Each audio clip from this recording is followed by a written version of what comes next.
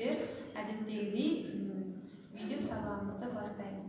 Біздің бүгінгі тақырыбымыз тікбұрышты үшбұрышты салу.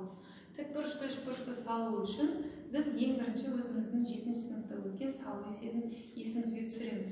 Ол үшін біз түзуге перпендикуляр түсіруді есімізге түсірейік. Бізге кез келген бір түзу берілсін, мысалға А, Е деген түзу берілсін. Осы түзуге перпендикуляр түсіру үшін мына жерде мен сіздерге дайындап қойдым. Ол бізде 2-3 жарты шеңбері арқылы түзуге перпендикуляр түсіріп отырмыз. Барлығында радиустары бірдей және осы жарты шеңберлердің қиылысу нүктесінен біз бұлай түзу жүргіземіз. Сонда бізде пайда болады, мына жерде бізде тік бұрыш пайда болады. Өйткені бізге түсірілген түзу айы түзуіне перпендикуляр. Бұл бізде былтырғы өзіміз өткен тақырып бойынша қайталау болып есептеледі. Енді бізге берілген есепте балалар тангенс альфа берілген, тікбұрышты үшбұрыштың сүйір бұрышының тангенсі.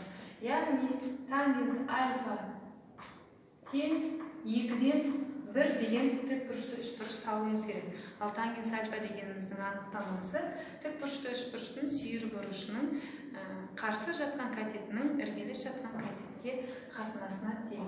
Олай болса, біз 2-де 1 деген қалай алсақ та бола береді. Мұнан бірінші катет, мұнан екінші катет деп алсақ та бола береді. 1 және 2 деген қатынастағы тікбұрышты үшбұрыш саламыз. Бізде тікбұрышымыз дайын тұр. Енді осы жерден біз 1-ге тең болатын және 2-ге тең болатын 2 кесіндіні аламыз да, сол 2 кесіндіні қосамыз. Біз жаңа өзіміз өлшеп қойғандай, мына жерімізде 1-ге тең, мына бір жеріміз бізде 2-ге тең. Осы 2 нүктені қосу арқылы біз тікбұрышты үшбұрышты аламыз.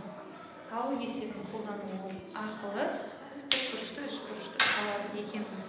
Дәл осылай басқа тапсырмаларды шығаруға болады.